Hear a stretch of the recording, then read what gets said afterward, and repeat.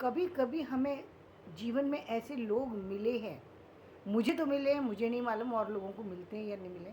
मैंने ऐसे लोगों को देखा है जो पूर्व की कल्पनाओं में खोए रहते हैं, यानी वो कहीं कुछ खोज रहे होते हैं, उनकी रिसर्च चल रही होती है जिसको कि वो सामने रखना चाहते हैं, लेकिन लोग उनको पागल बेवकूफ़ समझ करके उन पर ध्यान ही नहीं देते हैं,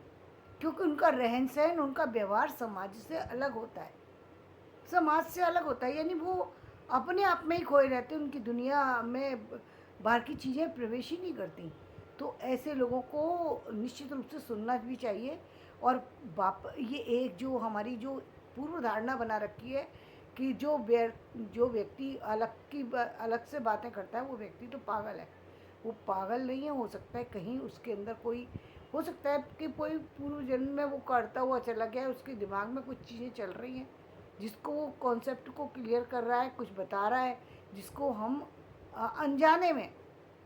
मूर्ख समझ रहे हैं। और कई बार वो इतना परेशान हो जाता है, यदि हम पूछना शुरू करते हैं तो वो इतना परेशान भी हो जाता है। जैसे हम जो गणित के विशेषज्ञ मिले हैं हमें, जो और चीज़ों के जो साइंस के विशेषज्ञ मिले हैं, जो और चीज़ों के जो अब ये क्या कल्पना, ये कल्पना सामान्य कल्पना तो नहीं थी कि व्यक्ति सोचे कि मैं आकाश पर जा कर के देखूंगा कि वहाँ पर जीवन है या नहीं है। ये सामान्य कल्पना तो नहीं थी, क्योंकि